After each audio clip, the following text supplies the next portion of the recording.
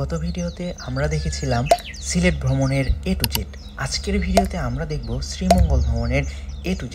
আমরা শ্রীমঙ্গল ভ্রমণের জন্য আগের রাতে চলে আসি সিলেট থেকে শ্রীমঙ্গলে এবং সকাল সকাল আমরা হোটেল থেকে চেক ইন করে বেরিয়ে পড়ি আমাদের ভ্রমণের উদ্দেশ্যে এবং আমরা একটি এখান থেকে সিএনজি রিজার্ভ করে নিই 1200 টাকার বিনিময়ে বিকেল অবধি এবং আমরা সকলে সিএনজিতে উঠে বসে পড়ি। আমাদের প্রথম গন্তব্য ছিল আমরা যাব শ্রীমঙ্গলের গল্ফ মাঠে। আমরা যাত্রা শুরু করি এবং যাত্রাপথে আমরা রাবার বাগান এবং শ্রীমঙ্গলের সুন্দর সুন্দর চা বাগান দেখতে দেখতে অল্প কিছুক্ষণের মধ্যে চলে আসি গল্ফ মাঠের কাছে এবং সিএনজি আলা মামা আমাদেরকে নামিয়ে দেয় এবং আমরা হাঁটতে হাঁটতে রওনা দেই গল্ফ মাঠের উদ্দেশ্যে। অল্প একটু হাঁটতে হাঁটতে আমরা পৌঁছে যাই গল্ফ মাঠের কাছাকাছি। আমরা এখানে এসে প্রথমে গল্ফ মাঠের সৌন্দর্য দেখে অবাক হই। আমরা এখানে আমাদের ফটো সেশন এবং ভিডিও সেশন স্টার্ট করে দিই। এক্সাম্পল হিসেবে আমি আপনাদের মাঝে ভিডিও সেশন তুলে ধরছি।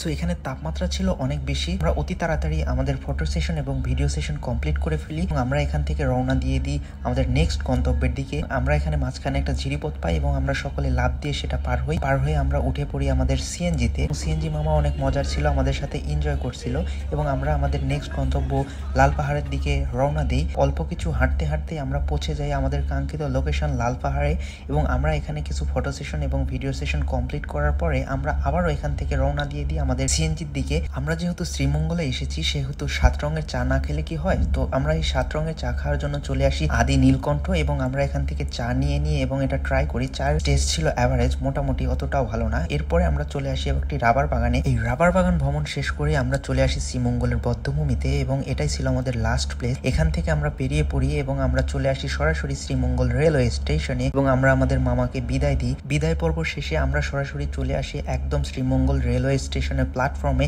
এবং আমরা অপেক্ষা করি আমাদের ট্রেনের জন্য। কিছুক্ষণ পরে আমাদের ট্রেন চলে আসে। আমরা শ্রীমঙ্গলের চা বাগানের সৌন্দর্য উপভোগ করতে করতে আমরা ব্যাক করি ঢাকার দিকে। প্রায় 4 ঘন্টার মধ্যে আমরা পৌঁছে যাই ঢাকাতে। সো এই ছিল আজকের ভিডিওতে। দেখা হচ্ছে আপনাদের সাথে পরবর্তী নতুন কোনো ভিডিওতে। ততক্ষণ অবধি সবাই ভালো থাকবেন, সুস্থ থাকবেন। আল্লাহ হাফেজ। আমি দুনিয়াদারি ছেড়ে দিতে পারি কিন্তু তোমার আমি ছাড়ব না।